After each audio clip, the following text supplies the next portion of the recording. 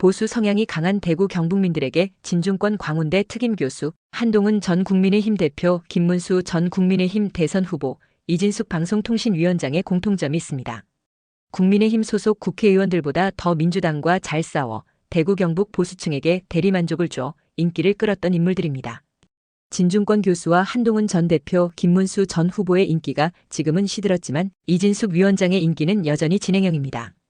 진중권 교수가 대구 경북 보수층 인사들에게 인기를 끌기 시작한 시기는 조국 사태가 발생했던 2019년 9월입니다.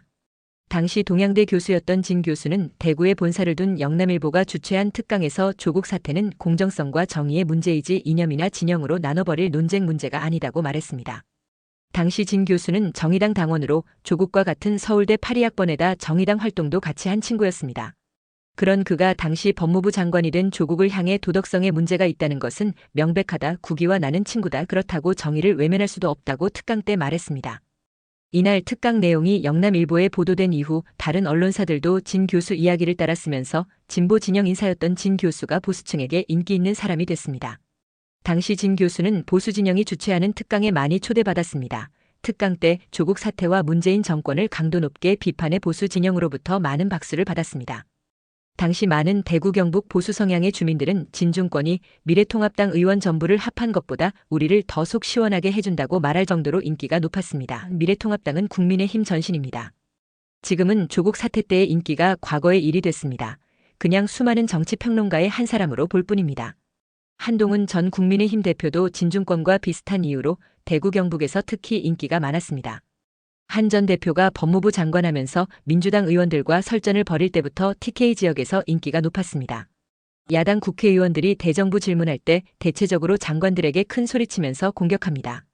야당 국회의원들을 대하는 장관들의 태도는 대부분 방어적이고 의원들을 공격하지는 않습니다. 그런데 한동훈 법무부 장관은 달랐습니다. 민주당 의원들의 공세에 더 강하게 반박해 민주당 의원들을 꼼짝 못하게 했습니다. 한 전 장관의 빠른 말투, 해박한 법률 지식에다 민주당 의원들을 향해 깐죽거리는 말투까지 더해져 민주당 의원들을 민망하게 만들었습니다.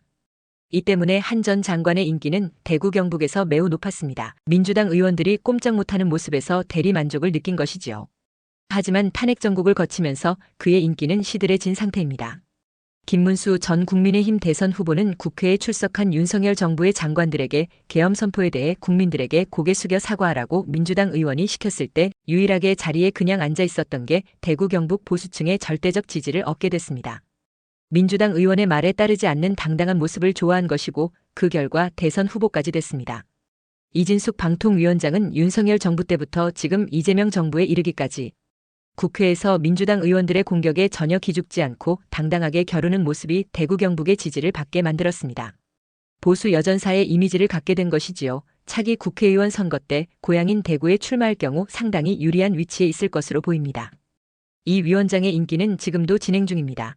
그렇다고 내년 지방선거 때 대구시장 후보가 되지는 못할 것입니다. 이재명 정부하에서 대구 발전을 위해서는 민주당 정부와 싸우는 인사가 대구시장을 맡아서는 안 된다는 게 대구의 현 정서입니다.